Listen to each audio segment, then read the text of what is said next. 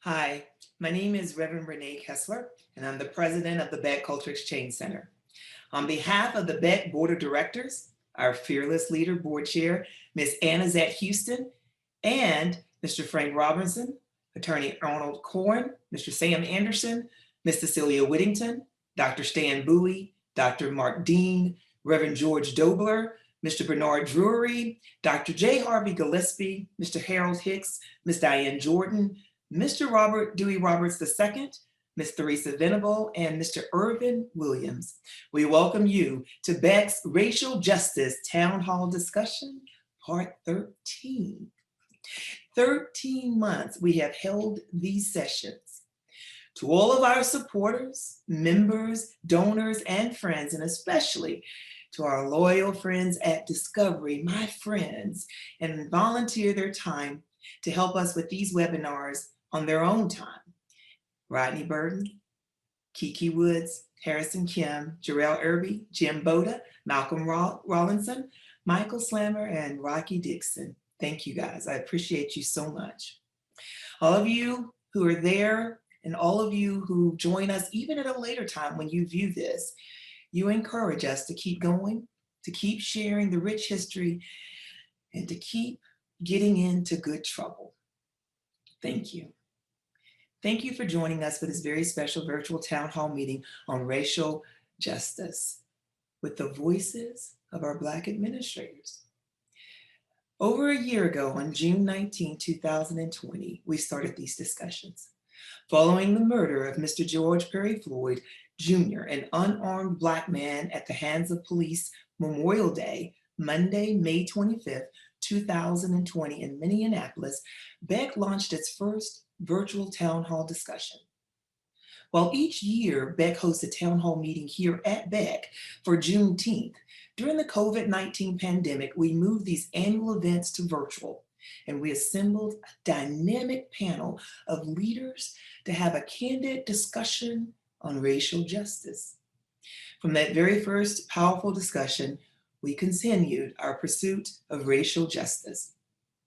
We have held sessions with professional leaders, community leaders, youth leaders, leaders of Greek organizations, civil rights leaders, health officials, law enforcement, mayors, and elected officials. Each of these discussions are recorded, and you're welcome to view them online at the Beck website, beckcenter.net, under the Racial Justice tab. If you have not already done so, while you're there, please also sign up to receive the Beck e-newsletter so that you can stay connected with us and informed on the work that we are doing. We are pleased that you have joined us today, and we know that there are those of you, because you call me and you tell me, that have never missed a virtual town hall meeting. Thank you. We are in pursuit of racial justice, and we believe that history is the great truth teller. Our hope is that these discussions will inform, inspire, and empower you as you join us on this journey. Just before I introduce the panel, I want to also recognize this historic day. Today, certainly, if you read the Beck e-newsletter that comes out every Friday morning, we give you the Black history, because Beck does Black history and culture 365. We do an e-newsletter every week, but we give you a fact of Black history on every single day. On this day, July 23rd, 1962, Jackie Robinson, professional baseball player and the first Black American to play in the major leagues, was inducted into the National Baseball Hall of Fame. As well, today, July 23rd, 2021, the Nathan Bedford Forrest bust has been removed from the Tennessee State Capitol and placed in the State Historical Museum, an institution for learning. We applaud the racial justice seekers, those who would not stop pursuing racial justice until that was taken care of. Welcome to the Beck.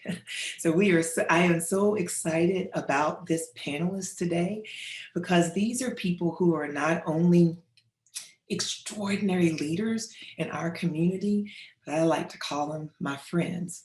You're going to get an opportunity to hear from some of the greatest people that we have in this community in their pursuit of racial justice as they do the important work that they do. On our panelists today, we have Michelle Clayton. Michelle is the principal at Richard Yoakley Transition School. And we also have Robin Curry. Robin is the principal at Sarah Moore Green Magnet Academy.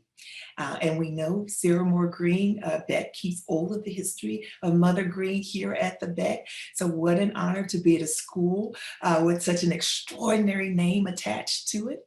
You'll also recall that today in the newsletter at the Beck, we talked about some of the great places that are named after great African Americans. And of course, that school is after the great Miss Mother Sarah Moore Green, as we affectionately called her. We have Jessica Holman from Green Magnet Academy, yet again mentioned in today's Black History newsletter. Name comes from a great African American, Dr. Henry Morgan Green. You'll have to read in the newsletter to find out a little history about that. But that is also named after one of our greats, and we keep our history there. So welcome, Jessica.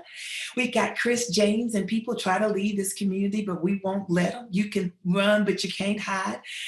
Beck is Black History and Culture, and we cover all of East Tennessee. Absent of Beck, there's no single Black History or Culture Center in East Tennessee doing what we do. So we brought him back home. Chris James from Chattanooga, Tennessee, is the principal of Harrison Bay Future Ready at Carter.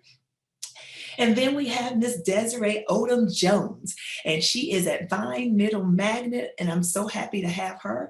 And just because he thought he could run from us as well, but he cannot hide. Nathan Langlois, who was the previous principal at Austin East High School, is now the Advancement and Diversity Director. So he is here with us today, and we are so excited.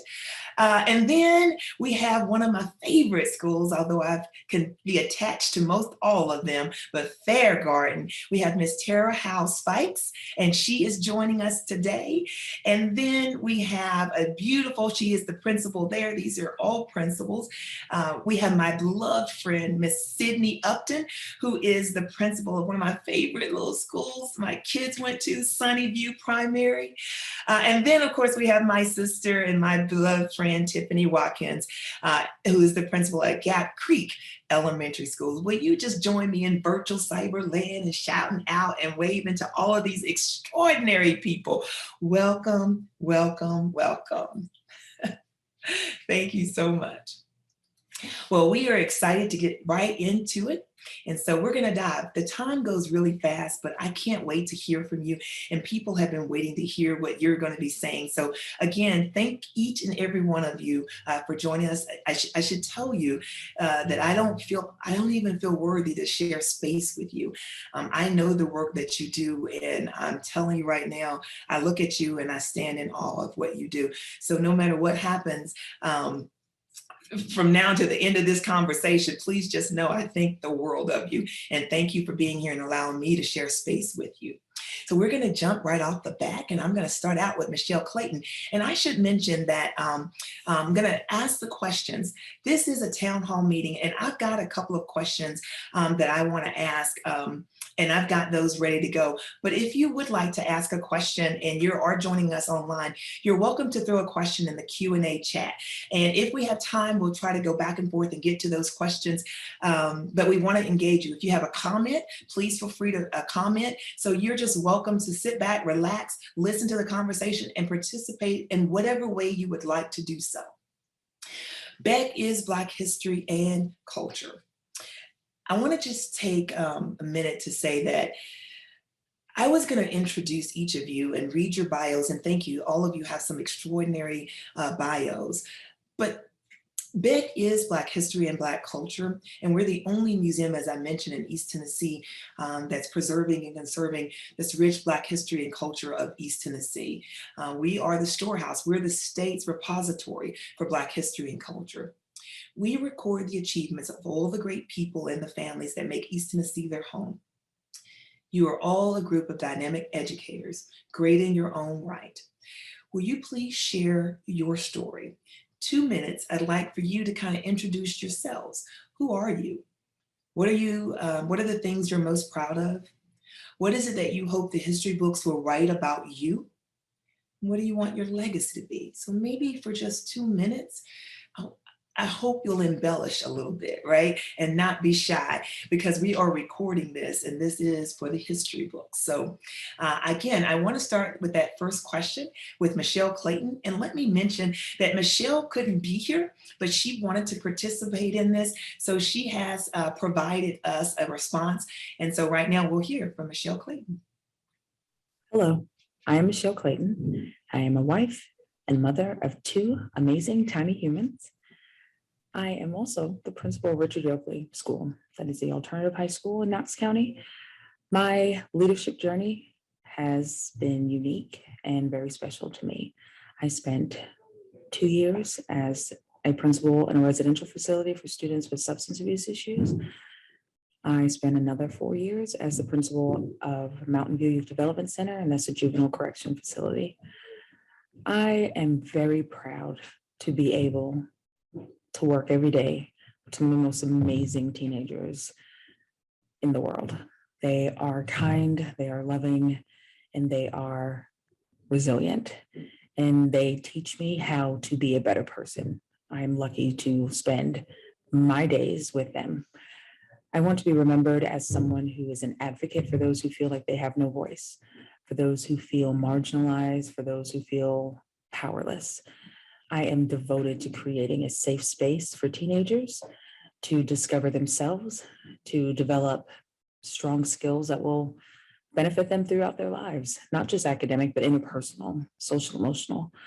I also want people to remember me as someone who just is there, someone who wants students to feel empowered and find dignity despite their current situations, despite all the challenges they may face. They are worthy. That is something that I need them to know. That is something I want the world to know. And that is something that I know they are valued, they are worthy. And that means everything. Wow, awesome, awesome. Robin Curie?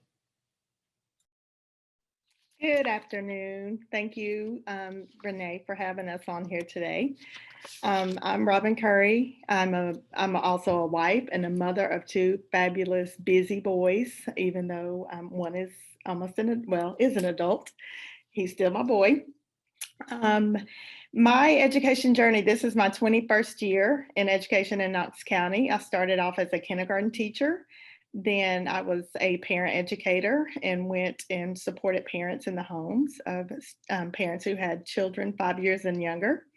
Then I went back to the classroom and worked at Cedar Bluff Middle School in 6th grade, and then got the fabulous opportunity to be a part of Knox County's Leadership Academy. My time started in leadership at Vine Middle Magnet, and then I spent some time at West Valley Middle School and got the best opportunity in the world to come to Seymour Green. And it was never in my dreams that I imagined that I would be at a school with so much rich history in Knoxville. I love it here. Our kids are amazing. They are resilient, and they are why I get up and do what I do every single day. My why is really, I just want to motivate and encourage and inspire. And that's just by showing up for them every day, being consistent, being that person who believes in them. My legacy, what I want to leave is our kids deserve the best. They deserve high quality education.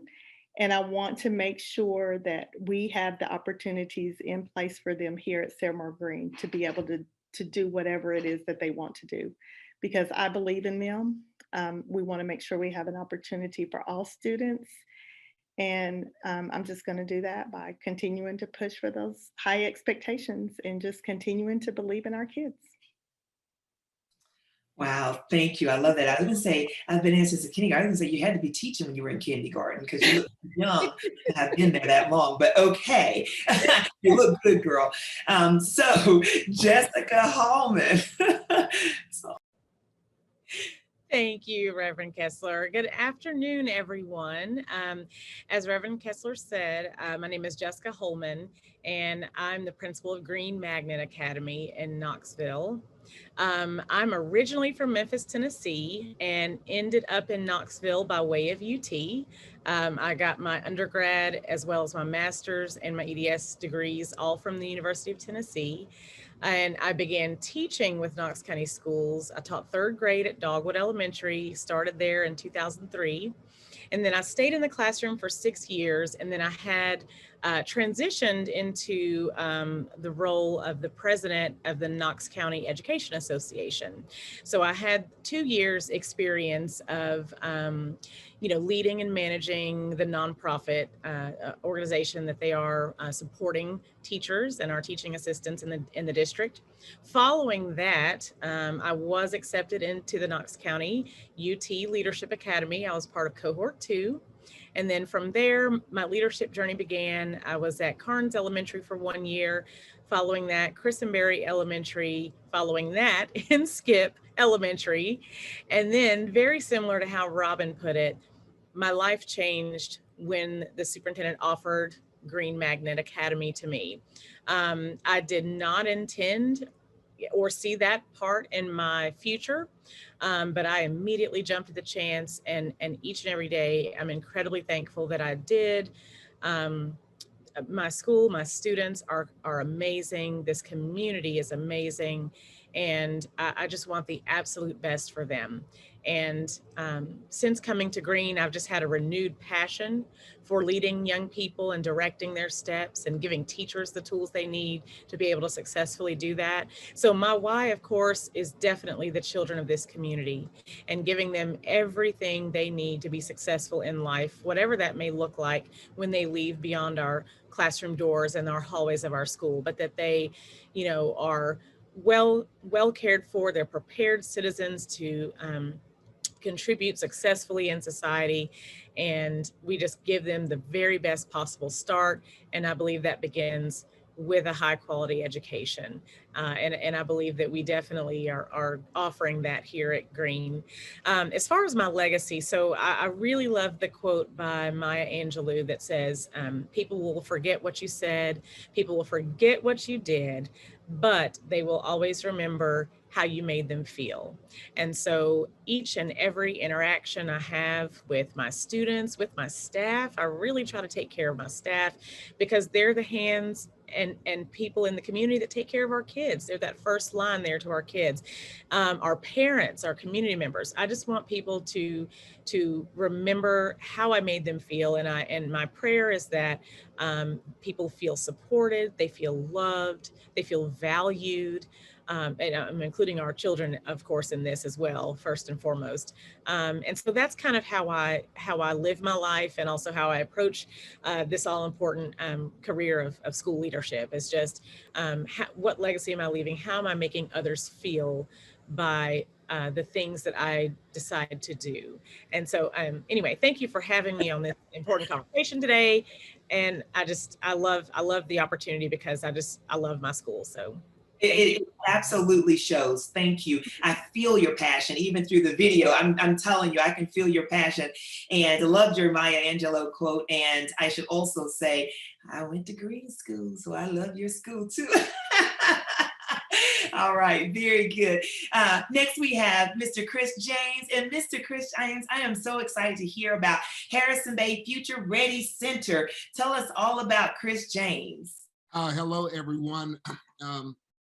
One, you put me in a following those three ladies. That's something. So my story is probably not as beautiful as theirs. But I am Chris James. I'm a native of Monroe, Louisiana. I am the tangible reality of a dream of two grandparents who believe that their children and their grandchildren will no longer work in a cotton field, sharecropper, or those things. They'll be college educated and make impact in the world. And so you talk about what you're proud of. That's what I'm proud of. Two people who really loved their family, who had a dream for them and pushed them further. And so I went through the Ouachita Parish high school system, and I matriculated to Mississippi Valley State University. That was not my choice, but I had a full ride there, and my parents said, that's where you're going. And like other things in my life, that was the correct path. That's where I should have been. I met some incredible people there and had great experiences. I learned how you can take $20 and live for a month. and dependent on friends and community, because guess what? You're all there together and you're probably in similar situations. And so you have to depend on each other.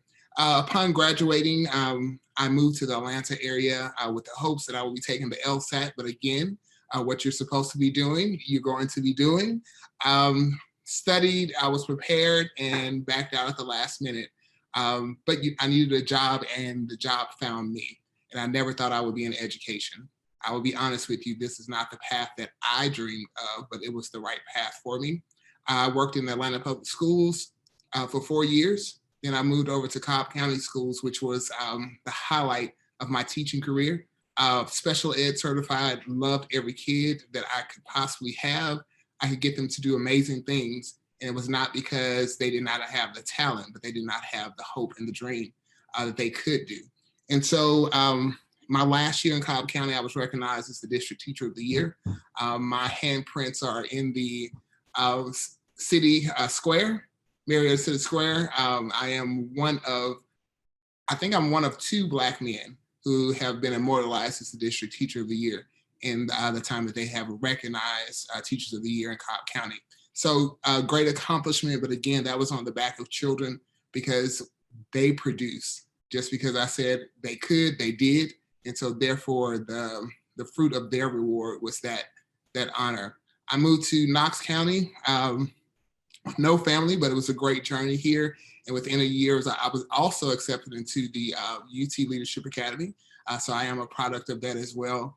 And it was a great experience of meeting great people and having great teachers and professors who kind of guided that thought. But it was always one of those things I knew that I wanted to make an impact in the community, definitely in my community. And so I served as assistant principal at Fulton High School as well as West High School, where I met the wonderful Chris Kessler, who is, he's a friend for life.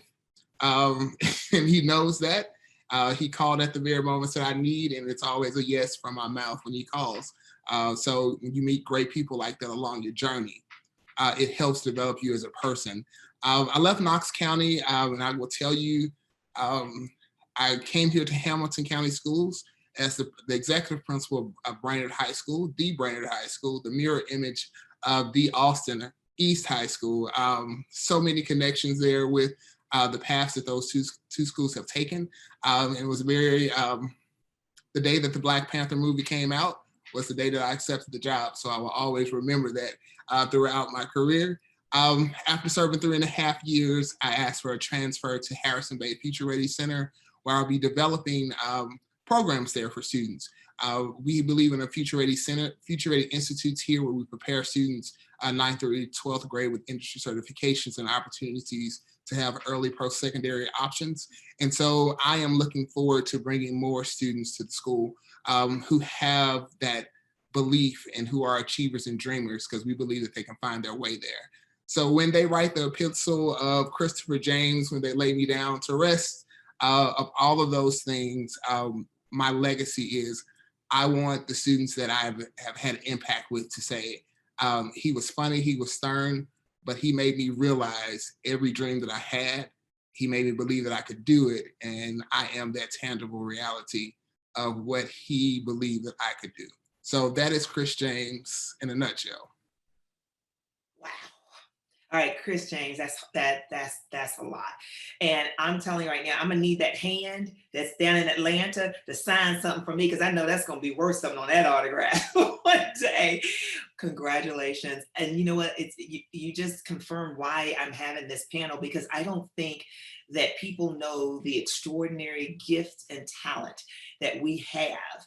And truly, part of this whole discussion is affirming that there are some extraordinary people out there that kind of look like us. And I want to make sure that everybody knows about that. So Chris, thank you for what you're doing. All of our kids need to experience, those of us, all of us.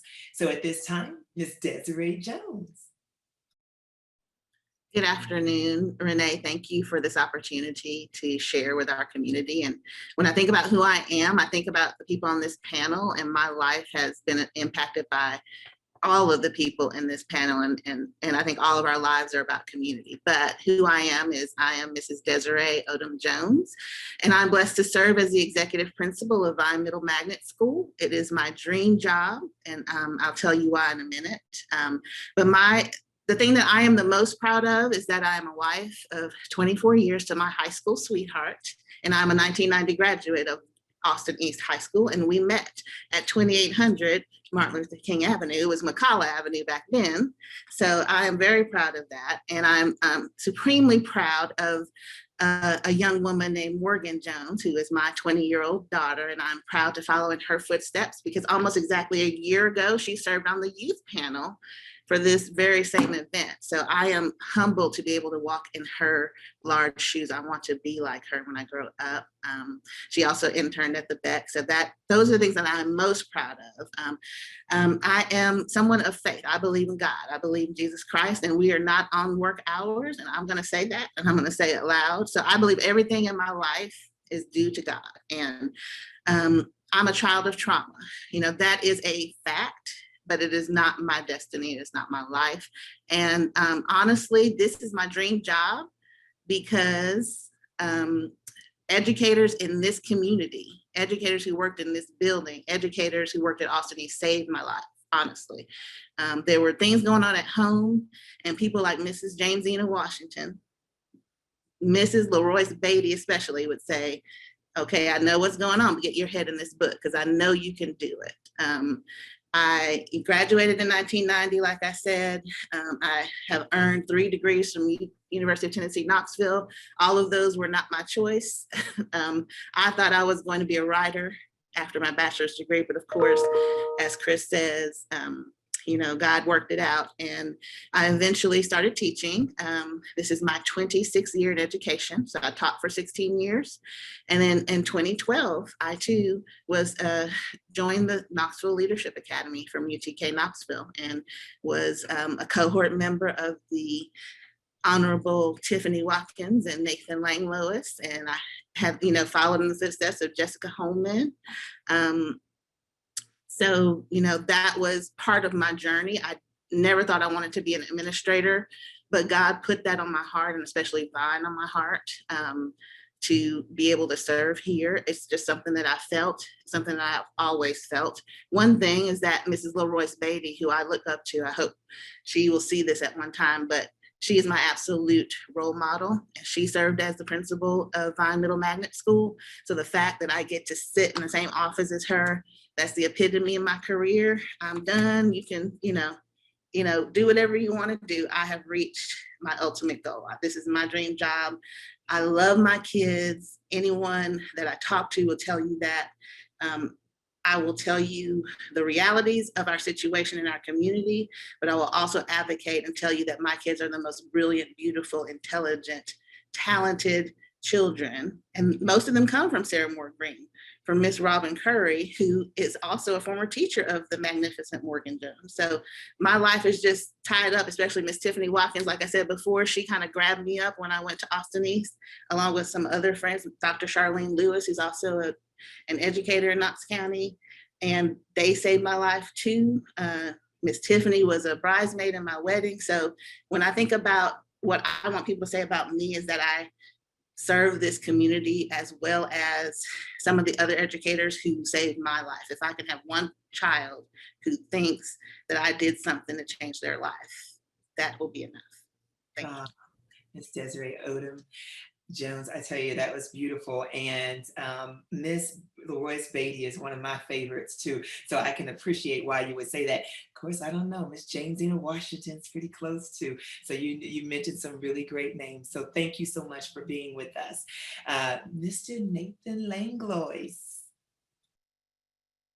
All right, thanks, Renee. I also appreciate being here today. I guess, well, good late afternoon. I'll say that, good late afternoon. I guess what I want to say is I began my educational career in Michigan, so very different than your other panelists. I actually moved to Atlanta, Georgia after I graduated from Western Michigan University and became a teacher in the same district that Chris was Teacher of the Year in. I spent over 15 years in the Cobb County School District before I came to Knoxville. So when I came to Knoxville, I was actually an assistant principal at Powell High School. I was also in the leadership cohort, like many of the other folks on your panel. So C3, I'm also C3 some love. That was Desiree, Tiffany. And after I completed that program at Hardin Valley Academy, they moved me to Powell High School as principal. I was at Powell High School for 2 years. And then I had the honor of going to Austin East Manor High School. And it is definitely one of the biggest honors in my life. I love being principal at that school. I love the students in that school. I love that community. I went through a lot with that community, and I enjoyed every minute of it. And then George Floyd happened. And when George Floyd happened and you had all these street protests and all these people, it sort of was a transformative, I guess, moment in my life. I had seen inequities. I had seen a lot of things that I believe George Floyd probably dealt with and other people dealt with. And so I felt like I sort of had a charge to try to change the actual district that I was a part of. And so that's the reason that I took this position. I didn't take this position for any other reason, but I was inspired by George Floyd. I want to see our society change. I want to see the systems that we're a part of change. And so that's the reason that I wanted to come down here and be the director for advancement in diversity. I'm most proud of my two children, Maya and Christian Langlois. My daughter's in college. She's about to graduate. Can't wait for that day. My son just graduated from high school. He's about to go to the University of Tennessee on a track scholarship. So I'm very proud of those two. You can see a lot of yourself in your children. And so what I seeing them, I'm very proud of. So I'm really proud of that. I'm proud to be a husband to my beautiful wife, Aisha Langlois, the love of my life. So I'm proud of that. I'm also proud that I am the son, much like Chris said, I'm the son of my mother. My mother was a change agent in our society. She was a white woman that decided to adopt two Black children in the 1970s. And that was not an easy thing for her to do. And then after that, she became very active in several, I guess, what you call civil rights movements in her communities. But what she taught me was that if you see problems in your world, you have to do something to change them. You can't wait for other people to change what's going on in your current existence. So really proud of that. And I guess my legacy, if I could have a legacy, I'd want my legacy to be other people's legacies that I've worked with. I really like to see the people that I come in contact with or have relationships with be successful and continue to support them on their journey. So I guess if I'm gonna be remembered for anything, this is a person that supported my legacy, helped build me up, helped me get to where I wanted to be. So that's what I want. Wow. So your legacy is tied to my legacy, to their legacy, to the next legacy. That's pretty powerful. Now here's how that works. If I preach that, because that'll preach, I'll give you credit the first time for saying it, but then after that, I'm gonna have to own it. Like I always say. Thank you so much. That's wonderful. You and your wife are about to become rich as these kids get out of your house and get out of college. Congratulations. Next, we have Miss Tara Howe Spikes. If you're just joining us, let me just welcome you into our chat. We're right now just introducing ourselves to this extraordinary panel, but I also want to invite you to visit the Q&A chat area if you would like to leave a question. If we have time, we'll get to those. But right now, we're actually going through allowing them to introduce themselves. And we are at Fair Garden with Ms. Tara Howe Spikes, who is the principal. Good evening. Thank you so much, Reverend Kessler, for inviting me to participate in this wonderful panel with such wonderful human beings. But let me say a little bit about myself. I'm not originally from Tennessee. I'm originally from North Carolina. I've been a part of the Knox County Schools for 22 years, and they have flown by quickly. I consider myself to be a servant leader. I've served in the capacity of a teacher via the Lyndhurst program, assistant principal, via the Leadership Academy that everyone has spoken about on this panelist.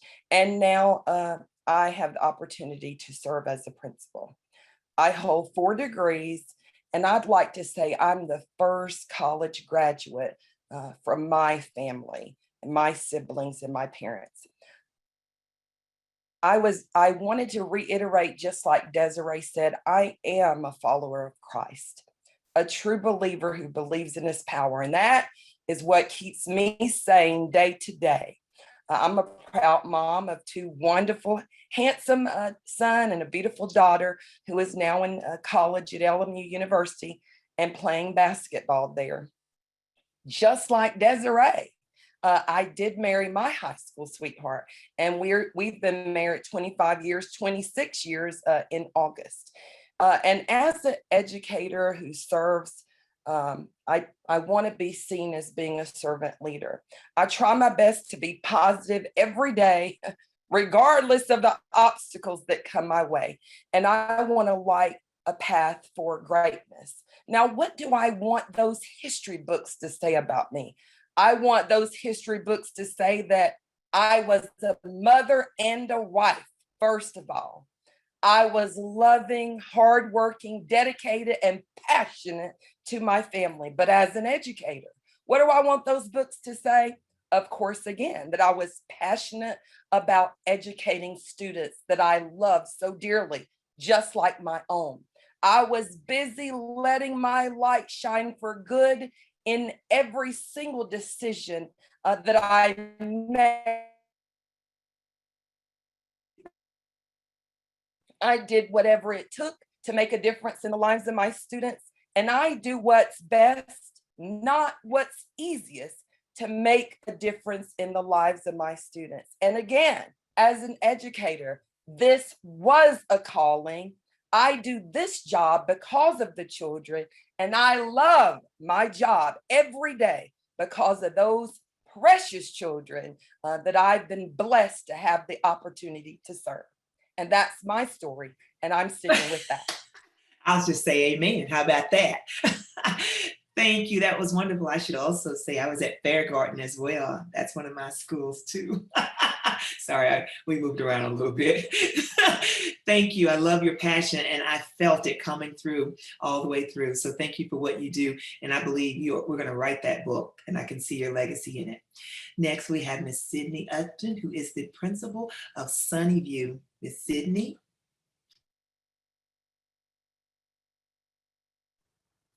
Thank you, Reverend Renee Kessler. And for this opportunity, I'm so delighted to be here with what I call my family, the other Black administrators of Knox County Schools. We've grown really close this year, and I feel that we are a family supporting each other through everything we do. So who am I? I am Sydney Upton, the principal of Sunnyview Primary School. I am the daughter of Sylvia and Douglas Upton, and my mom, Sylvia, was an educator for 40 years, and she was my idol growing up, who I looked up to, she changed so many lives.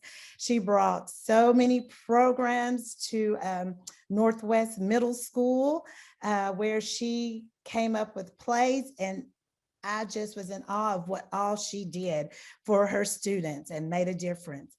So at first I didn't want to go into education, but it came calling me, and I jumped right in, and I wanted to make a difference in everyone's life, just like my mom did.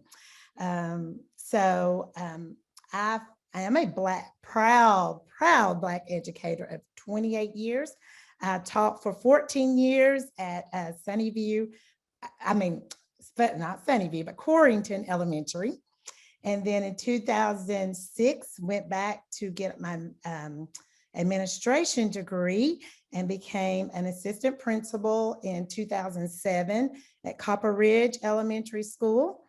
And then in 2012, became the proud principal of Sunnyview Primary School, which was one of the schools that I always wanted to be at. I love the young ones. That is my passion. I taught second grade for 14 years, and I never wanted to go past second grade. I just love molding those little ones as they come along into being productive citizens of this community. So I never wanted to go past the younger ones. What I'm most proud of is that I was selected as the principal of the year in 2018 by Knox County, and I was a finalist for the East Tennessee Core Region for Principal of the Year for the state of Tennessee. What people would say about me, I think my students, is that I was very caring. I pushed hard.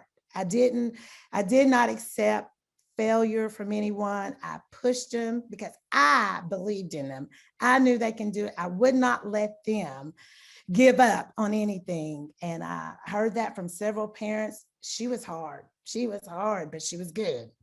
And, you know, I'm big on relationships, building those strong relationships, not only with the teachers, but the students and the parents, because you need those parents on your side when you're working with those little ones. And a quote that comes to me, it takes a village to raise a child. That's what I want.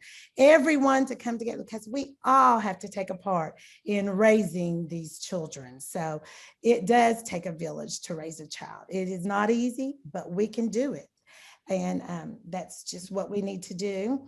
So what I want my legacy to be is that I afford the same opportunity for everyone to learn.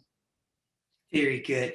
Well, thank you so much, Sydney. And I should also mention, because Beck is Black History and Culture, your mom was an extraordinary educator, but before she was an extraordinary educator, your mom was also one of the very few women that we really even know about that was very active in the civil rights movement, specifically here in Knoxville. So we write about her, and she is extraordinary in her own right in every area as an advocate, not only for education, but for civil rights and social change. So you come from good stock, and yes, congratulations on your wonderful achievements so far. Can't wait to see what you do next. All right, Miss Tiffany Watkins.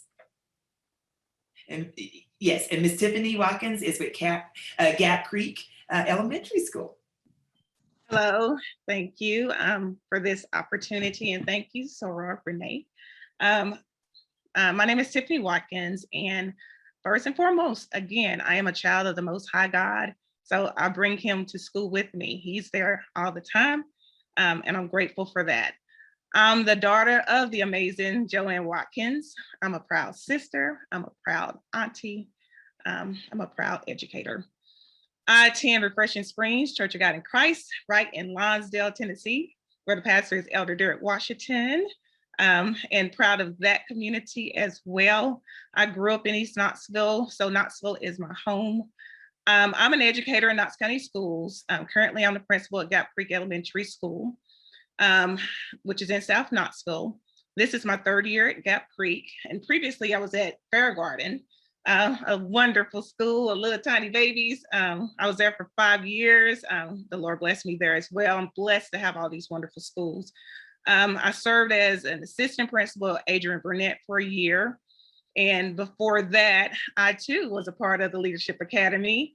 And that was a blessing to be a part of that. And just to kind of go back, I'm not going to be too churchy, but as an educator, I was an educator for 16 years in Knox County Schools as a first grade teacher.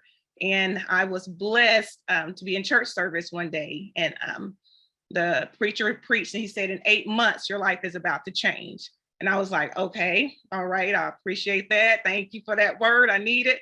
But I had no idea in 8 months to that date, that's when I got the call about the Leadership Academy. And so the Lord changed my life from that point on to join, be a part of administration. And so that changed my life. I taught for 16 years between Ball Camp and Hardin Valley Elementary School. And I am a proud graduate of Austin East High School, class of 1990. So I am a part of Knox County Schools. I went to school at Vine Middle School, Sarah Moore Green, and also Eastport, which was a wonderful school, all in East Knoxville. So I am proud of all of that. One of the things I'm most proud of basically is to be an educator, because I know that that ripple effect is everlasting. So what I put in my kids, they put into me, and it goes on and on and on.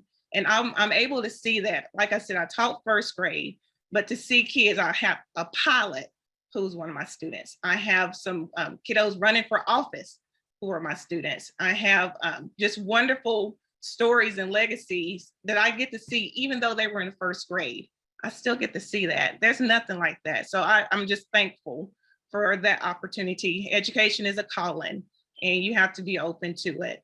Administration is a calling. It is tough, but you have to be open to it. So the Lord bless me in all of that. Yeah, so I'm proud to be an educator. And what I want the history books to say about me, basically, is that she loved her kids and they were the better for it. That's it. The legacy that I want to leave is that being an educator and being a Black female educator, that there's no limit to what you can do. God put a seed in all of us, and He has put people around us to blossom that. And so there's great things that can come from it. So my legacy is that the seed inside of you will continue to grow, and that the Lord and wonderful people He placed in our lives will help us on that journey. So again, I appreciate this opportunity. Thank you. That's awesome. Thank you so much, Tiffany. It's wonderful, all of the things that you talked about, and just hearing your passion as long as with the others who have this great passion for the work that they do. And thank you for your faith that you're not afraid to show. And I wanted to start with you, Tiffany. I want to go the other way. But this time, you guys are amazing. But let's pretend like we're on the bells, right? Y'all got bells in classrooms and times. So we're going to do 1 minute. So pretend like the students are going to be late to get in the classroom, and we're going to do 1 minute. But Beck has been in pursuit of racial justice for over 13 months now, trying to figure out what is racial justice, right? And so we can talk all day long about what racial injustice looks like, and we know what that looks like. We see it playing out all the time. I think the challenge is really figuring out, well, what really is racial justice? So just really succinct as you possibly can, and in 1 minute or less. Can I start with you, Tiffany? Would you tell me what is racial justice? Racial justice is? Racial justice is justice. Plain and simple as that. Remove what you see, remove the physical, see the soul. We are human beings, see that soul. And when we do that, then we can solve so many issues, but we keep looking at the physical. We keep listening to the noise, and we don't see each other's soul. So racial justice is justice, and everyone deserves it. All right. Sounds very succinct to me. Sydney? Racial justice is? Sydney, you're on mute. Sorry. Mm-hmm. Thank you, Ms. Renee. Racial justice is giving everyone, every human being, the same rights, and that results in every opportunity for everyone to be able to afford the same education, the same civil rights in this world. Everyone achieves their full potential in life, regardless of their race, their social economic status. Everyone is the same. All right. That's it. Tara, racial justice is? Racial justice is when all men, women, boys, and girls are treated equally, fair, equitable, regardless of their race. All means all people are afforded the same opportunities. Racial justice. Right. Nathan Langlois, racial justice is? I'm gonna have to agree with Tiffany. I think racial justice is justice. I think it's being treated fairly, and a set of rules should apply equally to all. It shouldn't be one set of rules for one set of folks and another set of rules for another set of folks. So I have to agree with Tiffany. It's justice, period, which is everyone is treated fairly. All right. Ms. Desiree Odom Jones. I'm going to say racial justice is equity. That's it. Well, y'all take that 1 minute serious too now. I got you right there. I'm gonna crack that whip. That's great. Simple equity. Chris James. I'm going to add on to what Desiree just said. Racial justice is basically equitable access, which brings about equitable outcomes that do not create a monolith. Just being honest with you, it's one of those things that everyone has access to be their own creative self and have those innovative thoughts and be able to, realize their own particular dreams. Nice, nice. Jessica, Miss Jessica Holloman. Yes, thank you. So when I think about racial justice, I think about one cornerstone term, and that's all and always. So I look at it as when all systems and institutions always provide fair and equitable opportunity for all, not just for a short time because it's the in thing to do, not because of as a result of something happening or not happening, but all meaning all, as my sister and friend Tara said. And all meaning all, always. I like that. Nice, very nice. All right, Miss Robin Curry. I would like to add on to what Desiree and Chris said, and Jessica, equitable opportunities for all. It is our systems and structures and supports to achieve, and not only just achieve, but to sustain equity. And we've got to do that by being proactive and removing the elephant in the room and having a safe space to talk about it so that we can reach equity. Great, safe space, nice. Michelle Clayton, racial justice is? Racial justice is providing equity for all through your actions, through practice, through policy. That all boils down to intent. Always approach with the intent to include. And that means you have to ask yourself various questions as you proceed. Is this excluding anyone? Is this a barrier for any group? Is this intentionally or unintentionally harming? All of those things need to be at the forefront of your mind every day, with every action, with every evaluation of a program or a practice or policy. They have to be always in the front. I am intentionally making sure that my actions are providing equity for all, not equality, but equity. Nice, nice. And I think we all are seeing, so we're all in pursuit of it because I think we're all on the same page. And I think we've all captured that very well. So thank you very much. Again, one minute, because I'm just curious. It's been a very challenging and difficult time for many of us. And there's a lot of challenges that we all have to face in our careers, in our positions. But certainly as administrators, you have had to endure many challenges. The road has not been easy. So if I ask you, what has been your biggest challenge and why has that been your biggest challenge? So what is the biggest challenge you as a Black administrator have had or have, and why is that one of your biggest challenges? And again, if you could just keep that to 1 minute.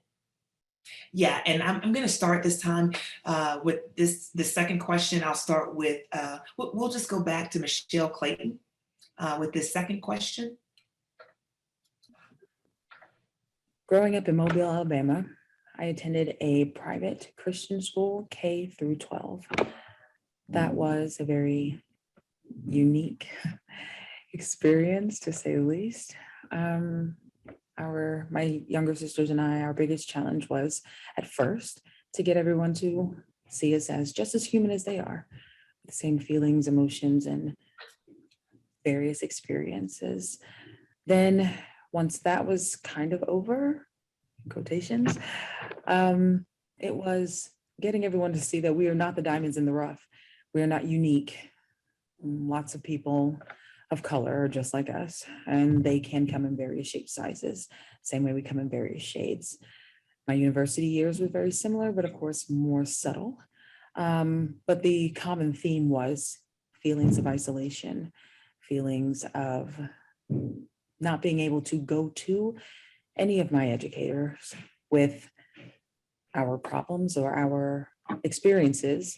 And they were often either unwilling or unable to understand, empathize, or offer any support. And that has been an overarching theme in my personal educational journey from childhood all the way into adulthood. I'm so sorry. Thank you. I apologize. I knew that I gave you a question about the administrator, but I want to go back because when Michelle and I were talking, I was asking her about the hardest challenges as a student. So that's my fault. Let me do that question first, because certainly you are all Black students at one point in your life. What was your hardest challenge? And I'll come back to the administrator here in a little bit, so I apologize. But what was the hardest challenge you had to overcome as a Black student in any school, at any level? And so certainly Michelle just sort of gave us her purview of what that was like for her life. Again, if you could just take 1 minute on this question, and I really want to throw this question first to Tara. Tara, could you take that question for what, 1 minute? Well, she went through her life of elementary, but I had a wonderful elementary experience in North Carolina. But when I came to Tennessee, that's when my issue happened. And the only thing I want to say about that issue, so I can be politically correct, I wasn't given the grade that I earned, meaning I earned an A. I didn't get that A for whatever reason.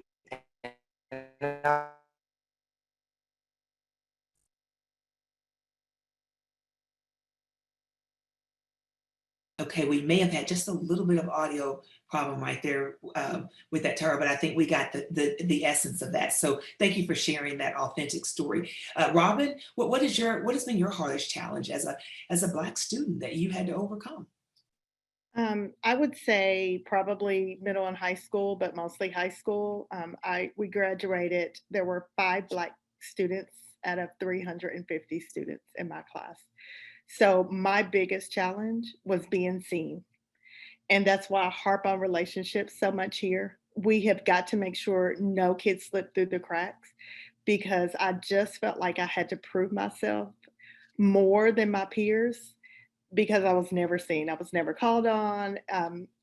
I made my own decision about going to the University of Tennessee. Didn't have a guidance counselor that really pushed and believed in me and told me that, I could do anything that I wanted to do. So just the fact that I needed to be seen really pushed me into education. Wow, great. So it's sort of a challenge, but the challenge turned out to be the thing that really propelled you to where you are. Absolutely. Sydney? So I, like Robin and Michelle, I think my biggest challenge in schools growing up is that sometimes I was the only one. I'm raised in the Knox County school system. I went to West Haven, then to Northwest where my mom taught, and then to Central High School. So during that time, before they rezoned some schools, I was sometimes the only one in the school. So I just felt, left out in some instances when people that I was very close to would have things and they would exclude me from them. So I felt like, in school we're fine, but outside of school, you're excluding me from the group. So that was hard. And then like Tara said that, during school, I just had to prove myself, work harder, even though I was in, honors classes and stuff. It just seemed like I had to do more. Nathan? Yeah, I've been sort of waiting on this question. I think my biggest challenge, and still a challenge I deal with it today, is people are always trying to put me into a box. America tends to do that to African Americans, and it's really tiring. It really gets on my nerves. It does. I'm not gonna lie. I really have a hard time with how are you gonna reduce me as a human being down to your biases and stereotypes, and then you're gonna let those biases and stereotypes try to define my future, and it's gonna try to define my children's future, and it define the generations that came before us's future. That really bothers me, because we're not a monolith. We can be into science fiction movies. We can play sports other than basketball. We can express ourselves with rock and roll music. So America is constantly trying to box us in, and it needs to stop. And because I don't want my children to go through being put into a box and their children going through being put into a box. So that's where I stand on that one. All right, excellent, excellent. Tiffany? So my experience was different and just across the board, growing up in the 70s, 80s, and 90s in school. I had Black friends, like it was a Black school. All my schools were Black. Most of my educators were African-American educators. So it was a different experience. So I didn't see race. I didn't see that I was a Black student. And school was a safe haven. Sometimes when my home wasn't a safe haven, school was my safe haven. So I was safe at school. The teachers encountered us. They were just absolutely amazing. Like we were talking about Jamesina Washington. She was like, your history's not in this book, but I'm going to teach you your history. And she taught us history, taught us about Black explorers, taught us about Malcolm X. So I had that rich experience. So that being I didn't have that experience of being singled out. So I didn't have that issue. So I was blessed with growing up, seeing my reflection of myself through my teachers and my educators and my peers. So my experience in that was different, and I'm grateful for that. Excellent, excellent. Thank you, Chris. I have a mixture of experiences from Tiffany, Robin, and Nathan. Elementary school was an all-Black elementary school.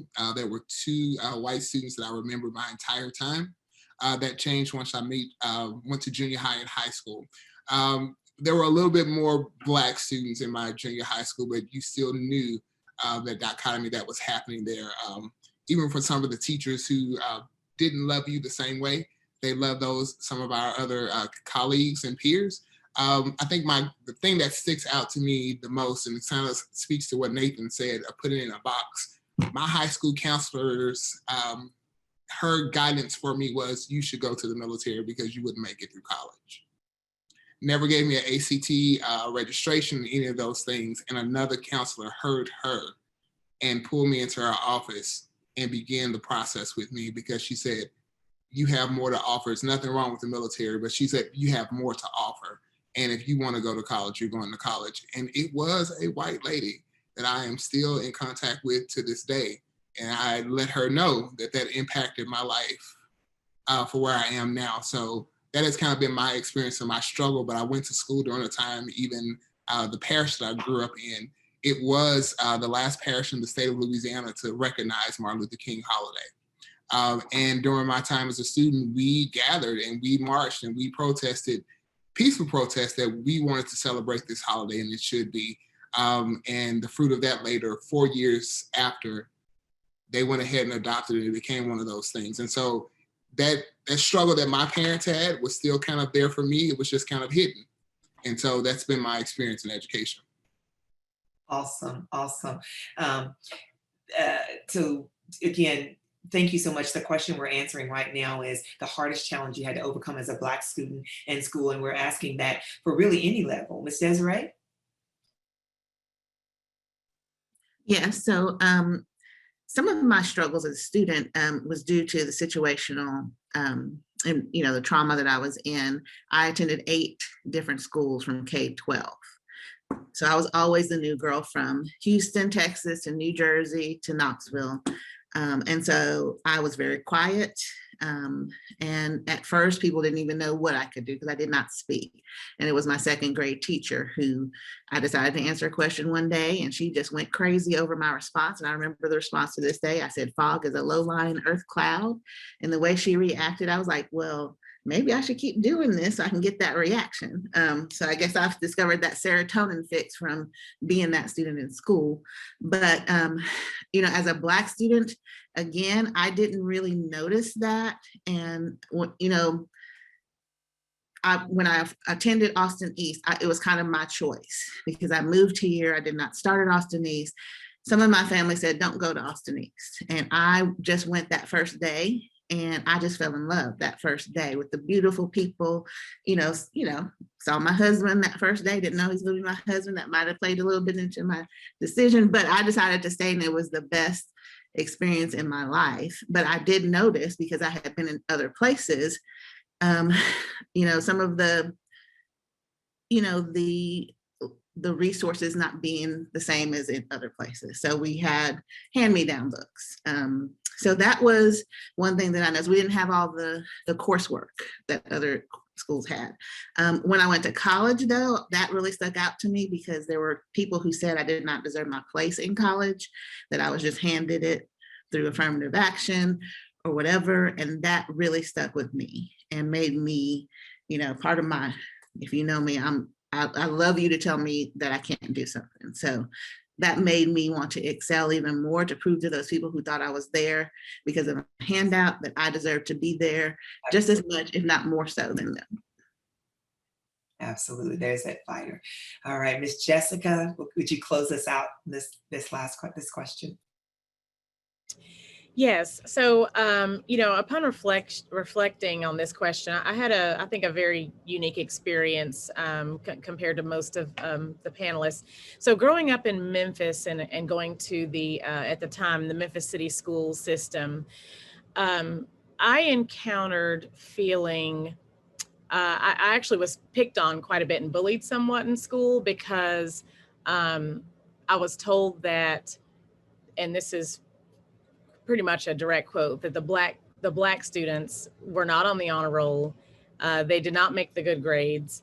And if you fit that profile, you must not really be Black. And I was hearing this from other Black students who attended the schools that I attended growing up in the 80s and the early 90s. And that was a message that just stuck with me for a long time, because for a long time I felt conflicted. I never lowered my standards. I've always been the type of individual that I love school. I love a challenge. I loved being in all the honors courses and AP courses when I was in school. I really thrived off of that. And my parents instilled in me, because they were college educated. My mother was a teacher, and they said, no, that's just how I was raised. But I was getting a different message from peers at school, and it was difficult for me. And then, of course, when I came to UT, I did encounter those who, like Desiree said, thought that I was there due to affirmative action and that type of thing. But I would have to say, what impacted me the most was hearing from my other Black peer group that I must not really be Black because I care so much about my schooling. So I carry that with me as part of my story, and I make sure that my students know, kind of like very similar to what Nate said, we are not a monolith. We're all different. It's okay to speak a certain way. It's okay that you like certain things, or it's okay that you get excited about going to school and excelling and making good grades, or playing different sports, and so that's a message I try to make sure my kids understand and leave with. Excellent. Well, thank you so much for sharing that and being so honest. I want to make a transition and a little shift, because we're about to start school and students are about to come in. And I really want to focus a little bit on some of the statistics, specifically of Black students. So I want to ask this question. Statistics say that Black students spend less time in the classroom due to discipline, which further hinders their access to a quality education. Black students are nearly 2 times as likely to be suspended without educational services as white students. Black students are also 3.8 times as likely to receive 1 or more out-of-school suspensions as white students. Even more troubling, Black students are 2.3 times as likely to receive a referral to law enforcement or be a subject to school-related arrests as white students. My question is, as a Black administrator, how do you address these arduous statistics? What do we need to fix? What do we need to do about these challenging statistics? So this is a very important question, particularly as it pertains to our students. And so I'd like you just really just to take maybe a couple of minutes to just give us in your voice what you think the answer might be or solution might be to this. And I'd like to start with Jessica. Yes, thank you, Reverend Kessler. You know, I think that the greatest place we can start is really building those meaningful relationships with families. We have got to pull in the families and the communities that support our children, you know, because they're every minute of their life when they're not spent in our school building, they are spent out in that community and in that home. And so, you know, those influences on their lives are so critical. And I think we need to work together to, you know, repair past trauma that maybe some of our parents or community members have had when they were in school. I think we need to be honest about the benefits that quality education can have, and how things like attendance matters, and you know, how it can set up the trajectory for your students, because you know, every single parent out there has goals and dreams for their little one, and they might not always know how to get their child there. They know they have the vision and the goal, but they don't know what to do to get them there. And as educators, we educate. And so we need to educate and bring in and welcome our churches, the pastors, the Boys and Girls Club staff, all the, you know, anyone in the community and those parents, anyone in the home that touches that child's life. I think that's where we need to start and really focus our efforts if we're going to make change. Excellent. It's a great example of what we can do. Chris? Reverend Kessler, that's a loaded question. And so I'm going to speak through the lens of the high school experience. As principal, when I took over at Brainerd, one thing I made sure to have that conversation with our SRO officers is that we're not a pipeline to prison. I don't work for the police department. And truthfully, you really and truly work under the guidance of me in this building. You're a guest. And so it went from, I think my first, I won't give the exact number, but it's an extremely high number. We had to fill out our civil rights report of just saying how many students have been arrested. It became the goal of me of making sure that that number was not cut in half, but down to like eighths of just making sure. So a lot of things is that it kind of speaks to, in our community, we need to speak truth of the importance of education. All of us have different experiences. We come from different households, but it starts really and truly with this loving administrator, that we need people to really believe that we have the most positive intentions for your children, that we do not get up in the morning saying, this child I'm gonna pick on. But just like the educators that were in our life, we see something in your child that sometimes you cannot see. We see some talents, we see some gifts, and that's what we're trying to pull out. And so if we're stern, if we're trying to do these things, it's for the betterment of the child. And we as the adults, and I mean adults on both sides, we kind of need to, you know, put our hands down just a little bit and say, are we doing this in the best interest of the child? Because if that happens, when Robin gets a kid in elementary and they move on to Vine, that same understanding happens. That is what's going to change the trajectory of our community, is that we have to embrace that education is important. Yes, Jessica, I agree with you. Some of us, we have some very different interests. I don't listen to rap music and all those things, that monolith that we put people in. I like great jazz and gospel. That's how I grew up, and that's the household that was taught there and the culture of that. We have to embrace those things that make us us. And that is the only way I believe like all those statistics will change greatly. And we also have to really press in our homes. And one thing I love my mother for, and just looking back on my life, is the joy and the passion of reading. Because regardless of what level, you can be a high school dropout, but if you can read, you have access to some things that people who are illiterate do not have. And that is what we need to embrace, of saying we're going to break these things. Even if we don't follow the path of the system, these are some skills and some things that we must have in order for our community to flourish. Great. Thank you so much, Chris. So as Black administrators are answering their question, how they address the arduous statistics that are placed upon many of our Black students in education, and what we need to do to avoid some of that. Before we get there, and hopefully we'll get a chance to get there, and I've got a question in the chat, so we'll look at that here in just a few moments. But we were talking about statistics of our Black students who oftentimes receive more out of school disciplines and things like that. And as a Black administrator, we were talking about how do we sort of reduce those kinds of statistics among our Black students. So Robin, would you share? Absolutely. So I'm going to approach this through the lens of elementary, which does look very different than middle and high school. But there are three things that I think about when we're talking about reducing the number of suspensions and discipline referrals. And it starts back, like Jessica said a few minutes ago, relationships. We have to have positive relationships, not only between teachers and our students, but our families. We have got to do better with bridging that connection between home and school.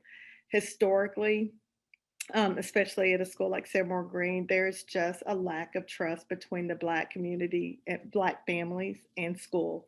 And that's for various reasons. But we have got to be more intentional on how we help parents and family members understand that we are here to support their kids. It is not us versus them. The second thing is trauma. We have to look at behavior through a very different lens, and that is through a trauma lens. And we must equip our students with tools to help them become more self-aware and understanding how to respond. And we must understand how to respond versus react. We also have to educate our parents on trauma and ACEs and the impact that that has on attendance, on discipline, on academics. And earlier you heard me talk about high expectations. The third thing I think that's going to help with that is really just academic excellence and student ownership.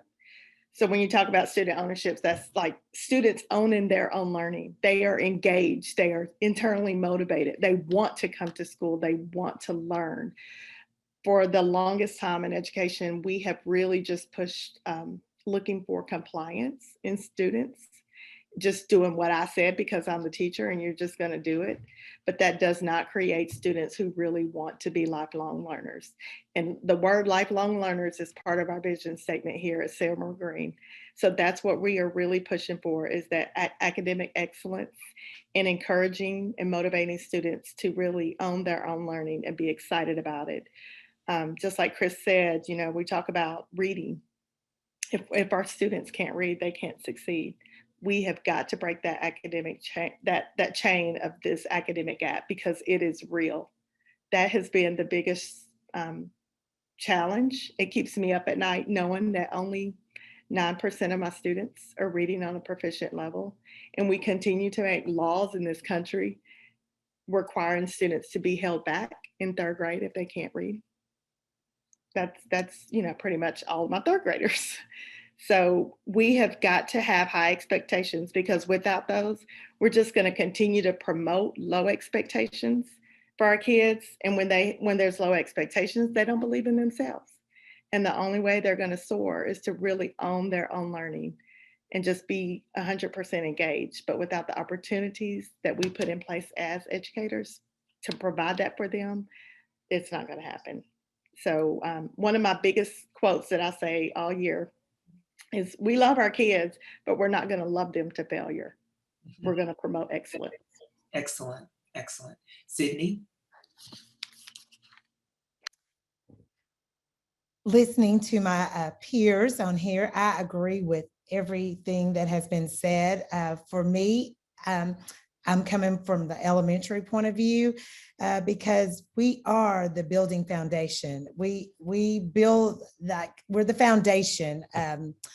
The elementary age, where, you know, you have to build a house, you have to have that foundation. So that foundation of teaching, having those relationships, teaching the students the rules, the behavior that you would like to see. Robin mentioned trauma. Trauma is a big thing for some of our kids. And that's, you got to teach what you want them to see. You've got to work with the families. You can't be afraid of the families. Everyone has to work together for the good of the child. That's what we're here for. We're here for this, having the students to excel. So we all have to work together to get that done. Excellent, excellent. Nathan? I agree with what everybody said.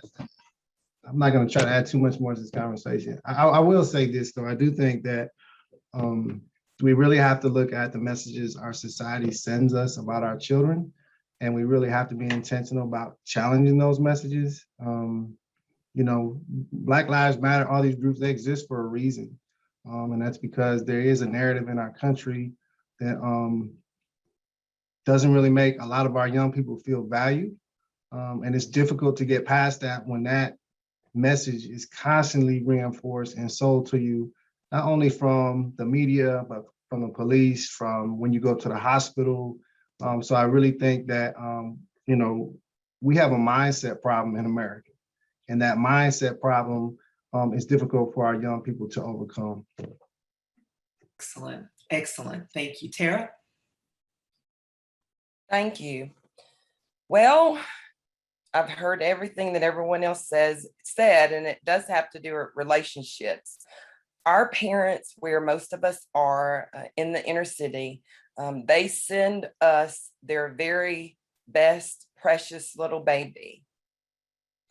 I think that we, as educators, we all have to have a growth mindset and instill that growth mindset into our parents. We need to make sure that we as educators are providing the best teaching practices, cultural competency training, the best classroom management strategies, positive reinforcement, behavior management tools to help our teachers, and then who can help our parents deal with our students. All of us, again, we need to have a growth mindset. Everyone has to understand hard work is hard, as Renee Kelly has said time and time again. And if we're in this job, we have to be willing to put on our boots, pull up our sleeves, put our hair up in whatever we need to put our hair up in, and get ready to get down and dirty, because we have to understand that this is hard work and it's not easy. And most of all, it's harder for the adults. We have to be willing to do whatever, and I do mean whatever it takes to help our students get the way where they need to be. And what I say every day and what I believe in, every baby that comes into Fair Garden, I'm going to treat that baby like my own children. And my two children are very precious to me. So definitely every single child is period. So we have to build those genuine relationships with our students, with our families, and with our communities. Okay, good. All right. So I'm going to have to cut it down just a little bit because we got some questions in the chat that I got to get to. And I love y'all's passion. So thank you. This is so hard for me to stop you, but thank you, Tara. Tiffany, these arduous statistics, how do we change them? So I agree with everyone when they say relationships. And I would say building those relationships, that takes heart. And we got to give teachers time to do that and schools time to do that. We have first, 2 weeks to teach kids expectations, but give every school 2 solid weeks to build relationships, no academics, just solid relationship building activities, team building activities with your kids, with the staff. Give schools time to do that. If not 2 weeks, 3 weeks, 4 weeks, because you cannot get to that academics until you work on that relationship piece. Kids, they know if you're real or not. They want you to see them. They want you to hear them. They want to talk. So they want you to listen to them. So we have to build that environment where they're safe to do that. So if they're safe to do that, they're safe to express themselves, then we won't have so many of these issues where folks are getting upset and fussing and they cannot communicate what they really need. And that whole education, I wish we had a chance to do some kind of professional development with our communities and with our schools, so we'll have that common language. How do you discipline a child?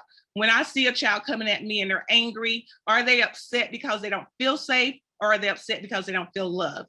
I need to look at those behaviors, because behavior is language. That behavior is a language, because I need to see what do I need to do? What tools do I need to pull out? If they're running at me and they're feeling like are hiding, or if they are in fight, what's that? Fight, flight, or freeze. If they're in that mode, then I cannot discipline them until they're feeling safe. If they're saying no one loves me, no one's talking to me, then I cannot discipline them until they feel loved, until they feel appreciated. So we can teach our kids, we can teach our teachers, our staff, the community, because it has to be it has to be all of us with that common language. How do we bring that together? I don't know. I mean, PDs, we do professional development on every job. But why can't we do that in a common way with schools, with churches, with organizations like Boys and Girls Club, because they take on a bunch of our kids too. Head Start.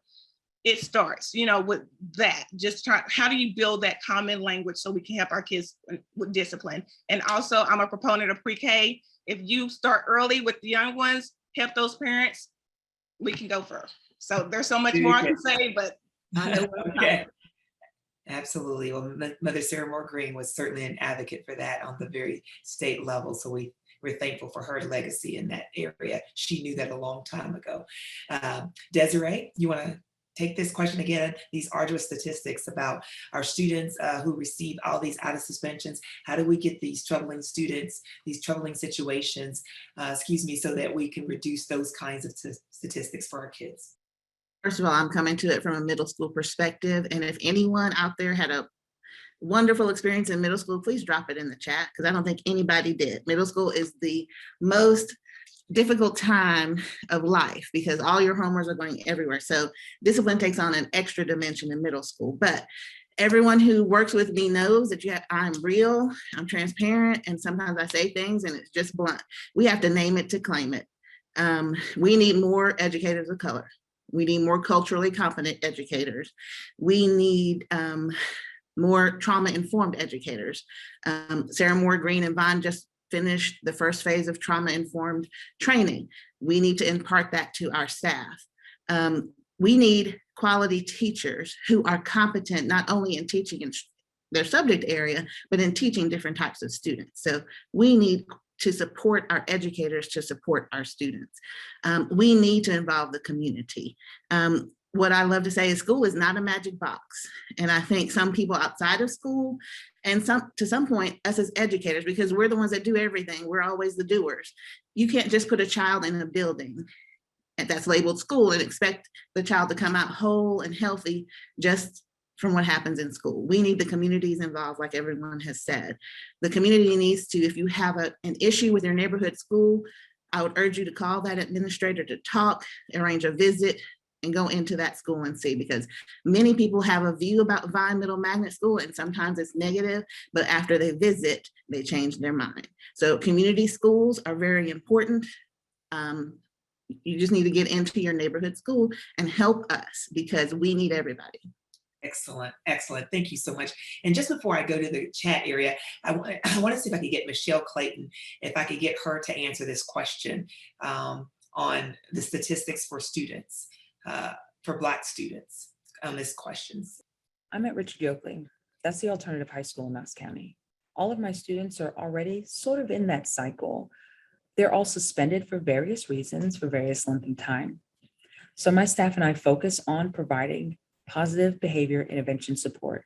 That is the foundation to help kids build the academic and behavioral skills they need to navigate a traditional classroom and maximize the time that they spend in class learning. That's the whole point. Right now, we offer various programs and supports that allow students to really identify their feelings beyond what normal teenagers always focus on. I'm mad or I'm sad. Well, there are a lot of things in between there, a continuum of feelings. We need to identify them. We need to know how to react when we feel those ways. When we need something, how to advocate appropriately. When you feel injustice, how to communicate that and who to communicate that to, but also doing all of those things with the goal in mind that class time is sacred. Learning is sacred. And so, in addition to providing behavioral supports and helping them develop behavioral skills, we are really focusing on teaching students how to be students, how to organize. Yes, they are teenagers, so that probably is against their DNA already, but it is possible. And we do it here.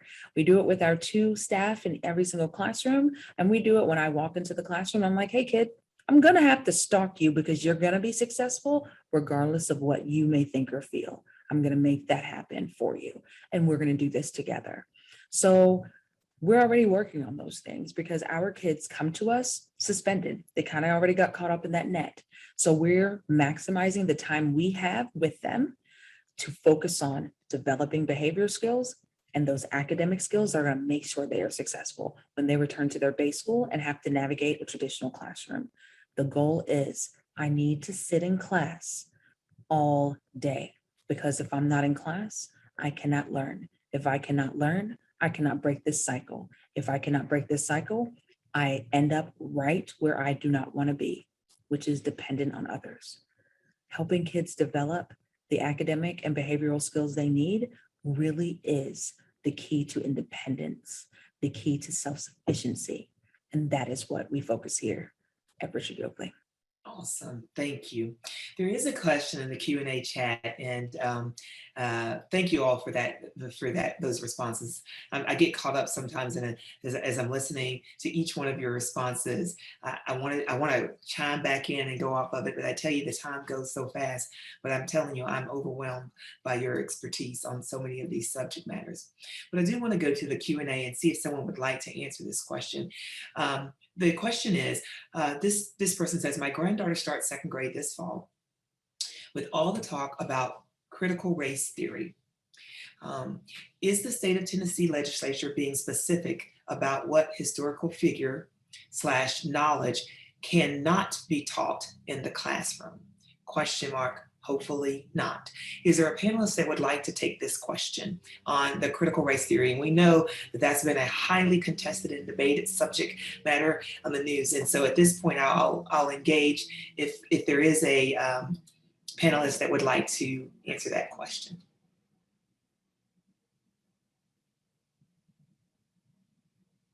Renee, could you clarify that a little bit? Sure. So the critical race theory, it sounds like what she's trying to ask is, she's asking about if the state legislature has been specific on what it is. I don't know that there are any specifics on what critical race theory is at this point, but she's asking if you know if there's any knowledge about that. And I think it boils down to the question of, what is critical race theory? Can it be taught in the classroom or not? Right. Particularly, she has a question because she has a 2nd grader. Well, I'll take a stab at it. I think there are some definite themes that are emerging at the state level that are definitely leaning against CRT being taught in the state of Tennessee. But even for me to say that, it's not really a curriculum, it's a mindset, right? It's a way of thinking about. So I guess to make a long answer short, yes, I think there are forces and elements that are definitely trying to define what our teachers can and can't teach in regards to racial issues, racial history in the state of Tennessee. So, I think that battle is still evolving, but I do think that unfortunately, or whatever side of the fence you're on here, it is definitely, the battle lines are being drawn. I'll put it to you like that.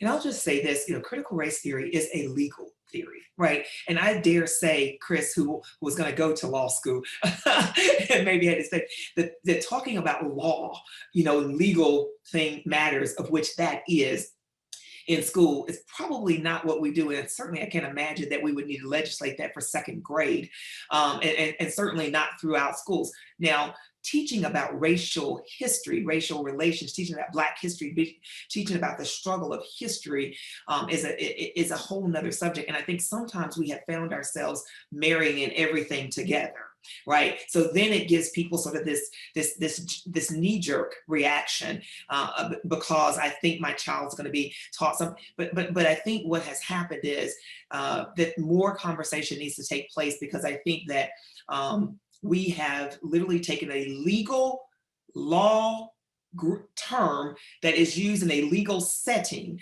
and married it with history of racial injustice. And that might not be racial justice for sure, but suffice it to say, I think you did a good job, Nathan, answering the question as best you can, because the reality of it is still out there and it's still being debated. But I think, like many things in our legislature and in politics, we start to mix a lot of things together and we lose what the real intention is, and that is to teach education and understanding that our history, particularly from the Beck Culture Exchange Center, is a rich history that should have been part of the history books that were left out, and that's a different conversation.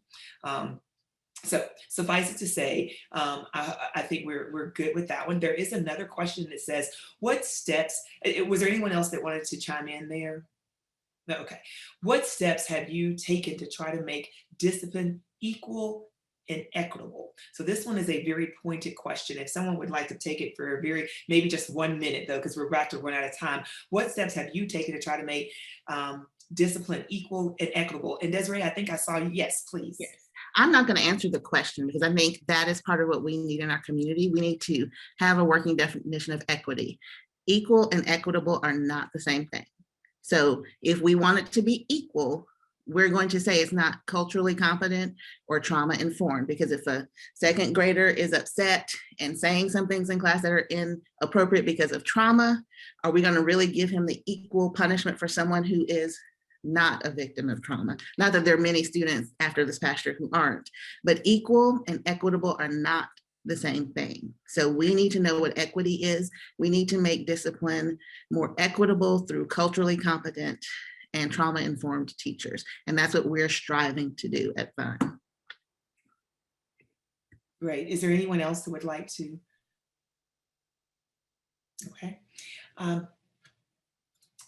The next question says, and I think this one is for you, Mr. Langlois, how will your new role in the district, and you see, how will your new role change the district that he served? How will Mr. Langlois' new role change the district he served? And will it lead to the increase of minority recruitment in the district / the county? So in other words, how does your role change now that you're in this new position? And also, how will it lead to the increase of minority recruitment and in the district and in the county? That's a lot, but yeah, so my role, I am going to be working on those issues.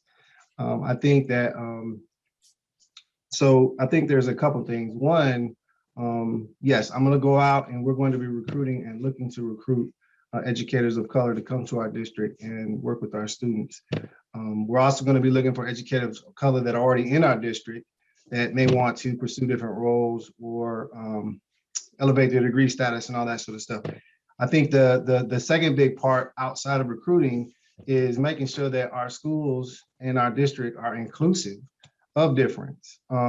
We have to make this a district in which people of color want to come and be a part of because they feel seen, heard, and valued. And it's reflected in our policies, it's reflected in our hiring practices, it's reflected in our culture, how we live our district's daily life. So I will be doing a lot of things to build in supports for teachers of color to make sure that, and I mean, it is also going to be needs assessments. I think, in a lot of our buildings, maybe our teachers of color don't feel supported, they don't feel heard, they don't feel valued.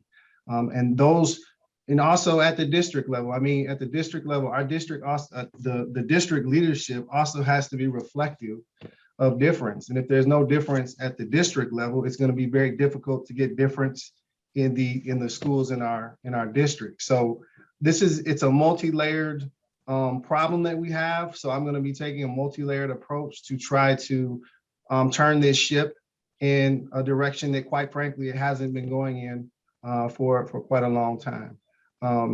Because it's not just about getting educators of color. It's also about, when we get those educators of color, making sure that their journey is a journey that makes them want to stay with the Knox County schools. So in a nutshell, yes, I'm going to be doing a lot of things with this to try to increase diversity, equity, and inclusion in our district. And do you know some of the things, because there's a couple of other things in the chat and the questions, what kind of specific things do you think we need to be doing right now to get more minority teachers and administrators hired? What are some of those kind of things you think you can maybe bring to the table or ideas? So yeah, there's a ton of, there's a lot of things. You probably got in a new office yet. That's not Right. But I mean, it's the way we onboard people. You know, when we bring people into our district, do we set them up with a mentor? Do we set them up with a support system to make sure that, you know, when they're having a bad day or something like that, they have some folks that they can go to and have discussions with that can serve as a support group to make that person not want to just say, hey, I'm alone, I don't feel included, I want to leave. I think it's also us as a district stating, you know, this is something that we're committed to doing. There's a district in, I believe it's North Carolina, and the superintendent said, you know, I am committed to hiring 100 educators of color. You know, we need to say what we're going to do, and then we have to stand behind those statements. And then we need to measure that until we get there. So yeah, there are a lot of different strategies that we can employ. There are a lot of different, but I think the biggest thing is that when we actually put these things on the table, we as Knoxville, we as a community have to support these things and hold our district to that commitment. Gotcha. And so I was going to circle back then, and this is for any of the panelists that would like to answer it. So there were, and I think we talked a little bit about this earlier, but there is a clear lack of Black representation in school personnel, and that's the conversation that we're having now. And according to a 2016 Department of Education report, in 2011, 2012, only 10% of public school principals were Black, compared to 80% that were white. 82% of public school educators are white compared to 18% teachers of color. In addition, Black male teachers only constitute 2% of the teaching workforce. So Nathan was talking about what he was going to be doing to help recruit and to bring on Black representation and Black administrators. My question is, do you think it's important to have them? In other words, you know, will this help with the disparities? Is having Black representation important to helping with disparities? Who would like to tackle that? I'll tackle that one.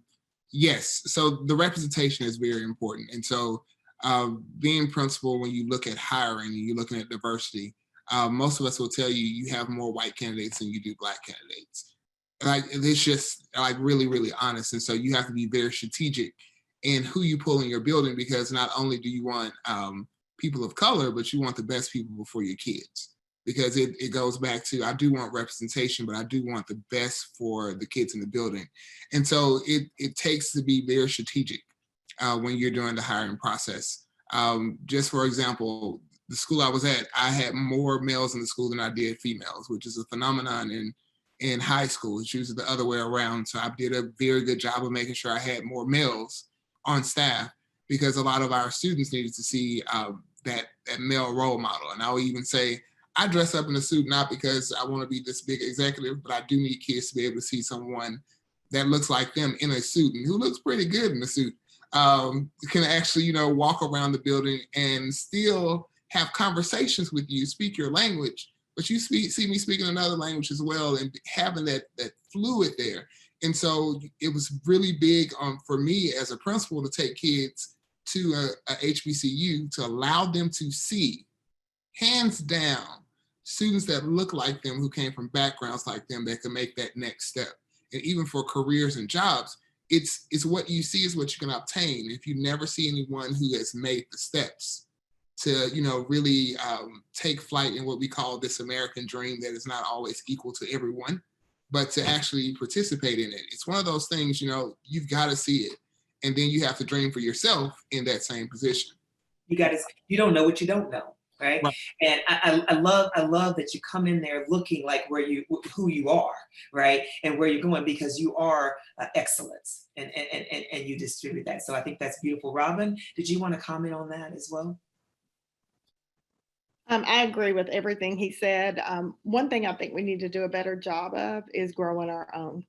We need to start our educators of color are not going into education prep programs at the college and university level. So we need to start talking to our kids at the elementary, middle, and high school level about education. And then our district needs to really invest in those students and provide that pathway for them to go into education and be able to work in our district. Excellent. And I think you answered another question about, being able to go, why it's important. But anyone else want to? Oh, Nathan, I see your hand up. Would you like to tackle that as well? Yeah, so I mean, in speaking to what Robin said, that's one thing that I can definitely do in this new role is when I go and talk to our educational partnering programs, I can tell them, I can ask them, what specific strategies are you using to recruit more minority educators into your program? And also to another question that you asked, does having educators of color affect disparities in our schools? And the research is very clear on this. It definitely does. In Education Weekly, there was an article and it found that for Black students, especially for Black boys, having a Black teacher boosts academic achievement, increases their likelihood of being placed in gifted education, reduces dropout rates, and increases students' likelihood of attending college and getting a college degree. So there is very clear research on if you have an educator of color in front of students of color, they have a very strong correlative effect on that student's trajectory in life. So we got to have it. All right. Desiree, did you need to say something on this question? I know we don't have much time. I just wanted to quickly say that it's vital to have educators of color, educators that look like our students so that they can dream their own futures. It's very important, I have found, from especially my Black girls, to see me as the executive principal of this school. And I know it has impacted discipline because when they come to school and they might be out of dress code wearing their bonnet because their hair is not done, I just point them to my restroom with the hair products and say, you can fix your hair in my restroom. And that is just one instance of being culturally competent and reducing that thing. So it's important for our kids to dream their future. Absolutely. Everybody's not going to have those hair products, but I got you right there, Desiree. I love that. Let me just mention over here in the chat that someone mentioned that cultural competency, critical race theory isn't taught in schools. It's a theoretical framework or lens through which we look at laws and events that take place. So again, I think this person who chimed in wanted to also chime in with the fact that it is relative to legal law and legal matters. And then I'm sorry, I'm just trying to run through here because we're just about out of time, and I told you it goes so fast, but I do want to make sure the community is always engaged. What support is currently being offered to Knoxville educators of color to promote retention, mental health?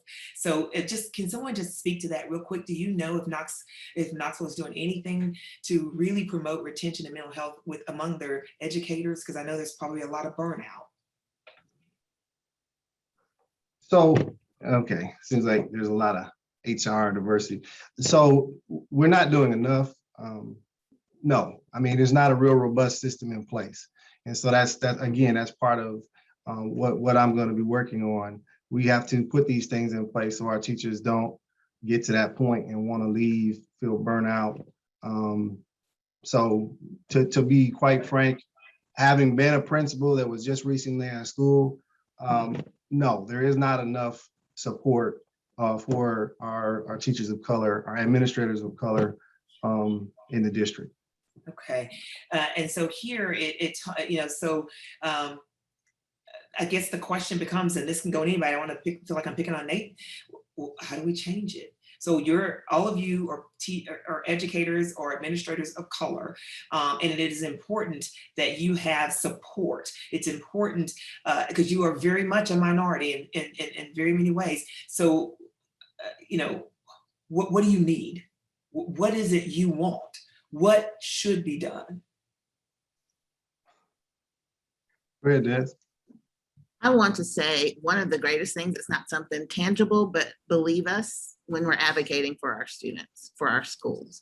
Just having someone in a place of power or authority who listens and is attentive to what we're saying. Believe us. It's nice. Anyone else? So say that again, Renee. Right, so you need supports as often our Black teachers, our Black educators, our Black administrators, have a lot on their plate, right? Because you're a minority. So it feels like you may be getting a lot of the weight because there's not very many of you. So what systems or what supports should be in place to help you to with the many challenges that you're often faced with because you are a minority?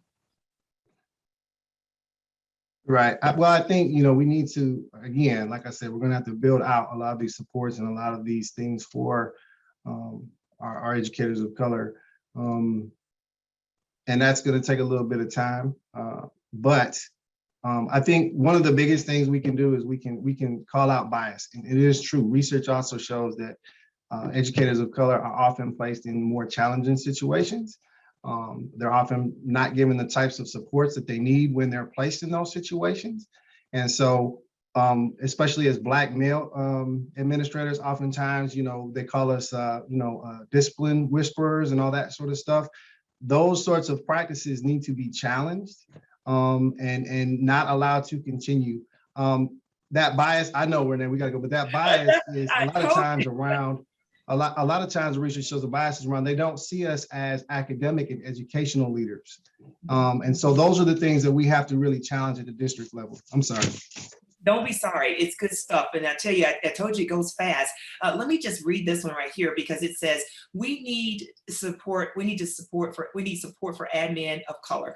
We need to be able to have, and this is a really critical, I think, point that the person makes. We need to be able to have honest conversations in a safe environment. Can we make this happen? So that is a loaded question because here we are right now on a canvas where people are watching us. Oh, and by the way, it's recorded. So other people are going to call this up and they're going to watch it again. Can you have a safe place or a safe space to have a conversation? Do you think that's possible? And is that something that we should be working toward? Quick, yes or no? And just yes. Yes, it can happen. Yes, it can happen. It can happen. It must happen. It needs to happen. If it doesn't happen, it's not going to change. Bam. So we need a safe place. All right. It starts with us first. Like, start with the minority admins. We need to start that conversation together. Gotcha. And then we go out. Yes. Excellent. Okay. I'm going to go over here real quick to the Q&A. And just if anybody wants to answer any of this, and I'm telling you 22 seconds, if you can. Let's see, it's been an important number. Oh, it's been mentioned that it's important to increase the number of minority teachers. Okay, we talked about that. What makes our new security chief better than any of the African-American candidates? Would anybody like to take that? That might be a whole long question and we only got 30 seconds. So, and I don't know if you guys can answer that question unless there is someone that would like to answer it. Okay, so on this question, I want to say what makes our new security, it feels like that may be a statement as much as a question. So we'll just say amen. Anonymous person wants to say there was a discussion about advanced classes and we did talk about this. Oftentimes minority teachers, so we talked about advanced classes for students. This question says oftentimes minority teachers, specifically Black teachers, aren't given opportunities to teach honors courses due to dual credit and our AP courses. What can be done to ensure that these courses are evenly distributed so that students see diverse levels of educators? So in other words, it feels like we talked about students not often being students of colors or specifically Black kids not getting in those upper level classes, but not only the students, but many times the Black educators aren't afforded the opportunity to teach that. Anybody quickly want to speak on that? I think that's important. I think that goes back to diverse leaders. I was able to teach AP classes, and I think I would be more than willing to place Black educators in honors and AP courses. You have to increase the diversity at the top. So you need more administrators that can make those kind of decisions. All right, we'll just leave that right there. Very good. This is the minority affairs community. Did they know this? There is a minority affairs community. Are you all aware of that? Yes, very good. Oftentimes, okay, I think we did that one. How do we change that? Okay, I think we answered that one. I think I am gone through the chats as quickly as I can, and I think I've tried to touch on pretty much, I think you have touched on pretty much everything that's in the chat to answer. So I'm going to assume that those are all done. And if there's something that people are out there listening that you cannot hang up this line until it gets answered, please feel free to re-chat or re-question it again, and I will do that. Otherwise, in our last 30 seconds with you, if each person can 30 seconds tell me, I want you just to leave me with one final thing. But here's the thing. I always feel like there's got to be a takeaway. There's got to be a challenge, right? There's got to be an action item so that we have lots of information. You guys fed us a lot of good stuff. And we hope that you have been inspired and encouraged and empowered. But tell us really quickly, what is the thing that you're challenged to do? What will you do this year? It's the end of the year, and we're coming back together, and I'm asking you guys, you're looking back over what your goals were. What's the number one thing that you're going to get done this year? What can we expect? And I'll just give it, I'll start with Michelle. Well, this is the last question, number 10. What is your number one goal for this school year? Well, this year, we're just going to keep doing what we've been doing. We're going to keep advocating for access to every kind of academic intervention, support, program, tool, materials, everything, because our kids can do it. So we're just going to continue moving forward to move the districts towards the 3 goals that we have: increasing achievement, creating a positive and culture and environment, and eliminating disparities. So this year, what we're going to do is we're going to try and close those gaps. The gaps in knowledge, the gaps in courses. Our students this year are really going to focus on developing the academic skills that they need to be successful. Note-taking, organization, how do you study? Those things that kids pick up eventually, but no one actually truly sits down and systematically and purposefully teaches them how to do. That's what we're doing this year. So come out and see us. It's going to be fun. All right, Tiffany, what are we going to go? What's the number one goal this year? Totally off track, but basically to start taking care of myself physically, mentally, spiritually, so that I can take care of my staff, so they can take care of our kids. I want that trickle effect to be positive in every influence. Perfect. Excellent. Excellent. Nathan. Yeah, personally, my goal is to challenge the status quo. So obviously, and you've seen it in the questions and all, there's a lot of stuff still going on, and there are changes that need to be made and people that need to be listened to. And so that's part of my job. And I want to bring that perspective to the district level. Excellent. I want to be able to check it off the list, Jessica. Tell me what you're going to do when I come back and I see it and you tell me you did it. All right. Yeah. So every year at Green, we start with a theme, and our theme this year is Destination Excellence. And we're defining excellence as equitable access to learning opportunities for all students. And so we're building our everything we do off of that pursuit of excellence, and we're defining that excellence through equity. Nice, Jessica. Sydney, tell me what's the number one goal, and you're going to have it done. That's your achievement. Mine is to continue having kids feel safe in our school building, making sure every child is included, where kids have a seat at the table. Like Jessica's theme, our theme is we all are fishes in this big ocean, but in our school, we all swim together. We are bringing it together and striving together for excellence. Excellent. Thank you, Robin. So my number one goal is for us to become a trauma-informed school. And we have just finished that training with Desiree and Bond yesterday. And part of that really includes self-care, because we are coming off of a very challenging year, just with everything happening in the community and COVID, and having the number of students that we had in virtual last year. So part of that is really making sure we are taking care of our staff, we're taking care of each other, and taking care of our kids. So we're moving from grace to grit. We're also going to dig deep and keep pushing and doing what's best for kids. Nice, nice. Tara, a year from now, I'm gonna double fact check you. What's the goal? What you gonna do? Well, our theme is light the path for greatness. So that's what we're going to try to do, and to let everyone know the importance of pre-K.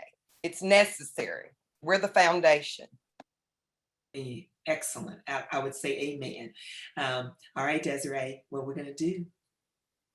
Well, like Robin and others have said, I want to model and really push self-care for my staff to support them so that we can empower all Golden Bears to be the best versions of themselves through our mission of raising the challenge in our classrooms and leveraging those connections so that we have a stronger Vine community every day. Right, and I'm looking forward to seeing your teachers here next Friday too. Excellent. All right, Chris, we're gonna fact check you because I'm coming back a year from now and I'm gonna check and see, did we do it? What's the goal? So one of my goals, it does involve just self-care, making sure that kids come back to school with the mind to learn.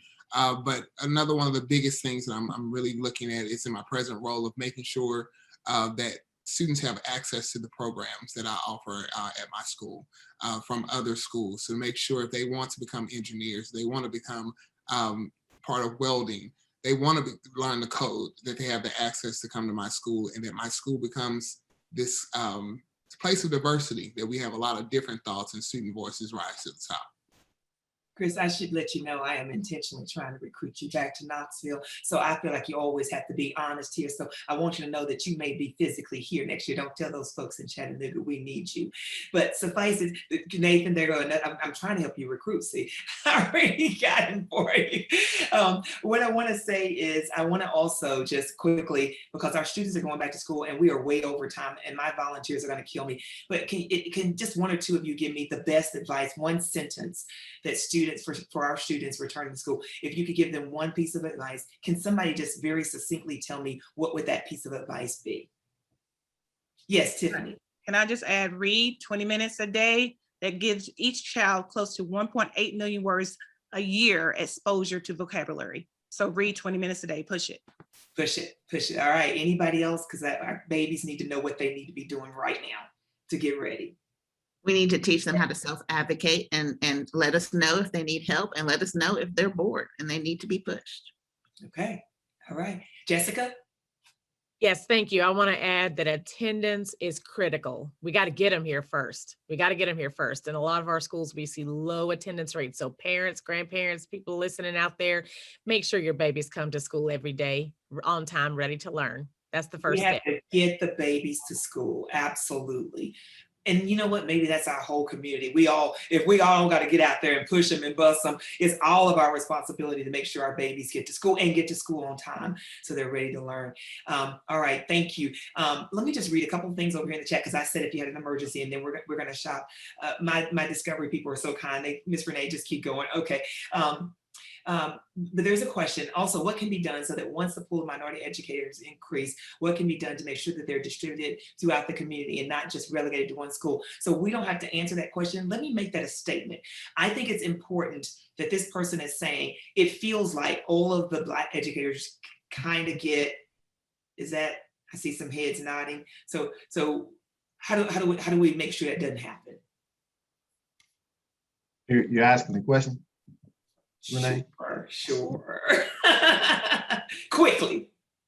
So it comes down to, again, and we've been talking about this, but it's the people around the table making the decisions and challenging these assumptions that these educators always need to go here, here, or here. They can't, like, that comes down to the people that are making the decisions having their mindsets challenged about the decisions they make and how those decisions affect our schools. So that's part of my job. And it's also part of everybody else's job. And these perceptions that you guys are talking about, we need to start sharing those perceptions with the powers that be, and they need to understand this is how we feel. And those challenges can be addressed because they're known and they're put on the table. But if you don't put it on the table, then it's not going to be addressed. Right. All right. Well, there is a comment over from the chat. It's just from Leroy. Leroy Thompson says, Renee, such a wonderful job today. Let the educators know we so love and appreciate them, and we have their backs. The community will pitch in and support their passion, work, and dedication to our children. Next to God and parents, teachers, pastors, and coaches spend as much time with them as anybody with our young people. We owe them our support. Thank them for all of us. So I think that's well said, and we do. We thank you for everything that you do. I thank you personally for just taking your time today to share and spend space and time with us. Here's what I hope we accomplish today. I hope that you're inspired and encouraged, and that you know that there are people who genuinely care about you and care about understanding that we see that there's some challenges that you may have, and we want to help you with those challenges. Our job here at Beck is to pursue racial justice, and when we see a category, then we begin to address it. And that's what we wanted to do here today, was to expose some challenges that we have within the school system, of saying we need to have a larger pool of these dynamic, wonderful people, not for our Black children, but for our children.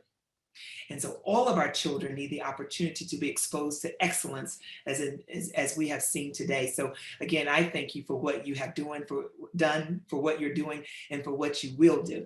So I'm going to channel us off tonight and say thank you so much for being here. I want to especially thank my Discovery team one more time because they just deal with me. I don't know how they do that, but they are volunteers. This is on their own time, and it's a Friday night, and they choose to be here with me, and they do it on their own time and volunteer. So to all my Discovery friends who are in the background that you all can't see, thank you, thank you, thank you. Let me just say, Rodney, Kiki, Harrison, Jarrell, Jim, Malcolm, Michael, and Rocky, thank you so much. To all of you who are watching and supporters of Beck, thank you for being a Beck supporter. Thank you for what you do for Beck.